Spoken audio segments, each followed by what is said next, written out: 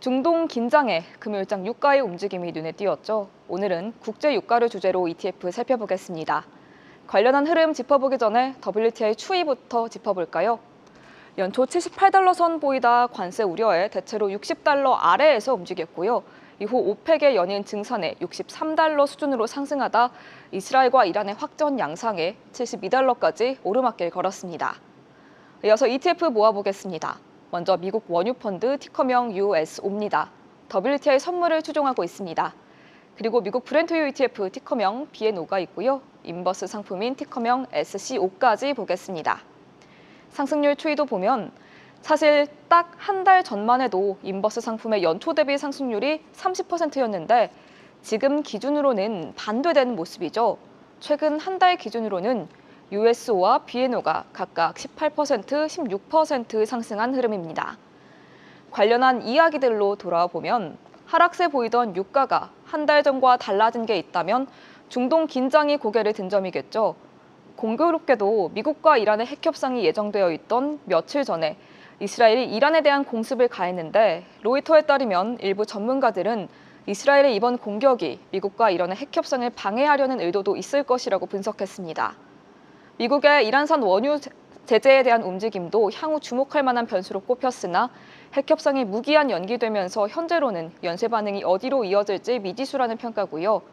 이란과 이스라엘의 협상이 이뤄질 가능성이 거론되고도 있지만 아직 불투명한 점에 더해 각국의 개입 가능성, 또 이란에 대한 이스라엘의 작전이 수주간 이어질 것이란 보도와 지난 밤까지도 이어진 새로운 공격 가능성 시사까지 지켜봐야 할 지점이 많은 상태라고 할 수 있겠습니다. 이런 가운데 사우디가 2년 넘게 지속했던 감상 정책을 철회하고 증산에 나서고 있죠. 사우디 주도하에 지난 4월부터 증산을 시작한 오펙 플러스는 5월과 6월에 이어 7월에도 하루 41만 1,000배럴 규모의 원유 생산을 늘리겠다고 밝혔는데요.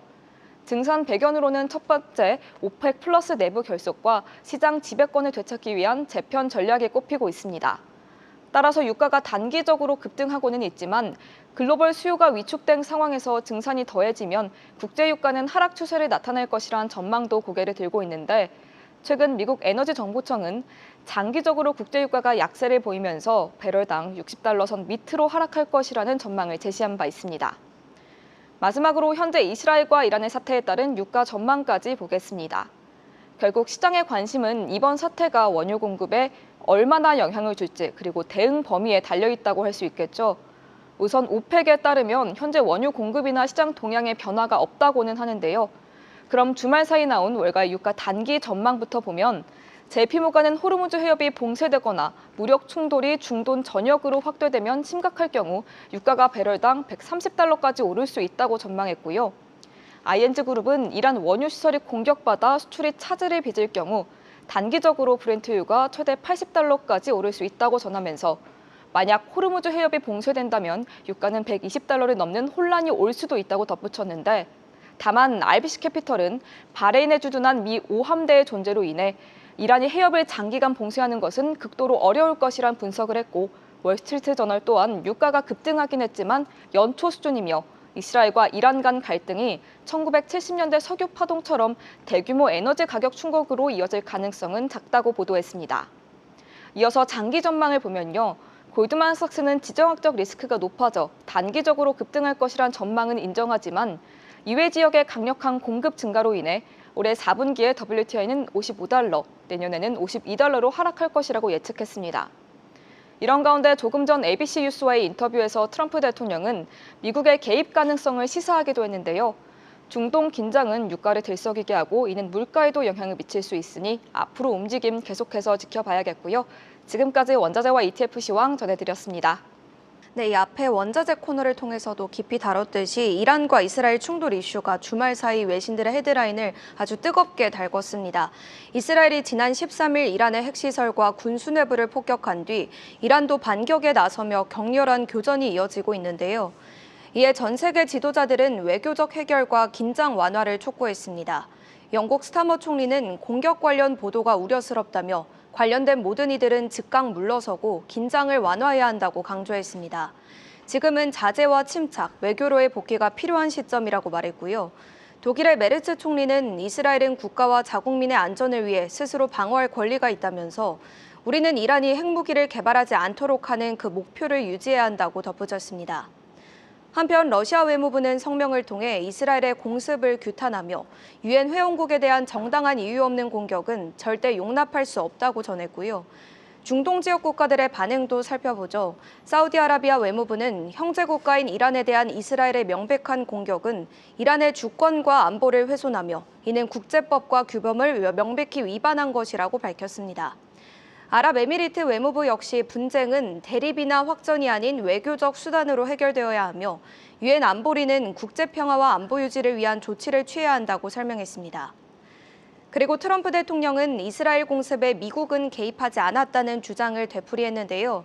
다만 간밤 ABC와의 인터뷰에서 앞으로 개입할 가능성은 있다고 말한 바 있고요. 이와 함께 이란이 미국의 일절 보복하지 말 것을 경고했습니다. 미국이 이란으로부터 어떤 형태로든 공격을 받는다면 이란은 전례 없는 수준의 보복을 보게 될 것이라고 위협했습니다. 이 내용들이 중요한 거는 사태가 어떻게 방향을 잡느냐에 따라서 원유 공급 문제, 그러니까 국제유가 어떻게 움직일지 지금 아직 불확실하다는 건데요. 월가에서 보는 최신 전망 어떻습니까? 네, 이 투자은행 라자드에선 이스라엘의 이란 공격이 전 세계 시장에 어떤 영향을 미칠지는 주로 이란의 대응 규모와 성격 그리고 그 기간에 달려 있다고 분석했습니다. 총 5가지의 시나리오로 정리했는데요. 그중 가장 가능성이 높은 건 이란이 이스라엘만 공격하는 경우입니다. 이 경우 유가가 배럴당 10에서 20달러 상승할 것으로 봤고요. 이 지역의 에너지 및 생활 필수품 가격이 오를 것으로 예측했습니다. 이 외에도 이란이 중동 내 미국의 군사 또는 외교 시설을 공격할 가능성에 대해서도 언급했습니다.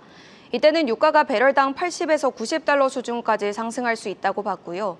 만약 이란이 걸프 지역의 석유 및 가스 인프라를 공격할 경우 유가는 배럴당 85에서 105달러까지 상승할 것으로 전망했습니다. 다만 라자드에선 이 시나리오는 앞서 언급된 두 시나리오보단 실현 가능성이 낮다고 평가했습니다. 최악의 시나리오는 아무래도 호르무즈 해협 봉쇄겠죠. 호르무즈 해협은 중동산 원유 수출의 핵심 해상 통로이기 때문에 이 해협이 봉쇄된다면 유가는 배럴당 최대 120달러까지 폭등할 수 있다고 경고했습니다. 또 원유주도 인플레이션이 위기 수준에 도달할 수 있다고 우려했는데요. 다만 분석가들은 이 최악의 경우조차도 단기적일 가능성이 높다고 봤습니다. 미국의 해상 운송로 복원을 위해 군사 개입에 나설 가능성이 크기 때문입니다.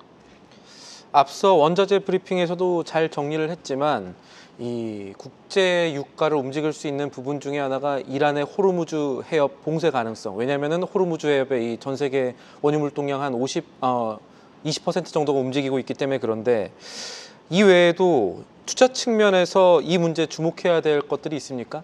네, 또 시장이 주시해야 할 부분은 이스라엘이 테헤란 북부와 그리고 서부 산악지대에 있는 핵 농축 시설을 파괴했는지 여부입니다. AFG 인베스트먼트는 특히 포르도 핵시설이 중요하다고 강조했습니다. 만약 이곳이 파괴된다면 이는 이란 핵무기 개발을 사실상 멈추게 만드는 중대한 군사적 성과이기 때문인데요. 다만 일각에선 지하 깊이 숨겨져 군사적 타격이 어렵다는 점을 고려할 때 미국의 지원 없이는 이스라엘 단독으로 시설을 파괴할 역량까지는 없을 수 있다고 보고 있습니다. AFG는 미국이 전면전에 휘말릴 가능성 역시 우려해야 한다고 말하면서도 다만 그럴 가능성은 낮다고 봤습니다. 이스라엘이 미국 양당 모두에서 정치적 영향력을 잃었기 때문으로 설명했는데요. 그러면서 이번 사태는 LA 시위 문제나 관세, 감세안 그리고 우크라이나 전쟁보다 더 심각한 위기로 평가했습니다. 이스라엘은 결국 승리하겠지만 엄청난 대가를 치르게 될 것으로 전망했습니다. 계속해서 다양한 경제 이슈를 알고 싶다면 구독과 좋아요, 알림 설정 부탁드립니다. AI 캐스터 권미정이었습니다.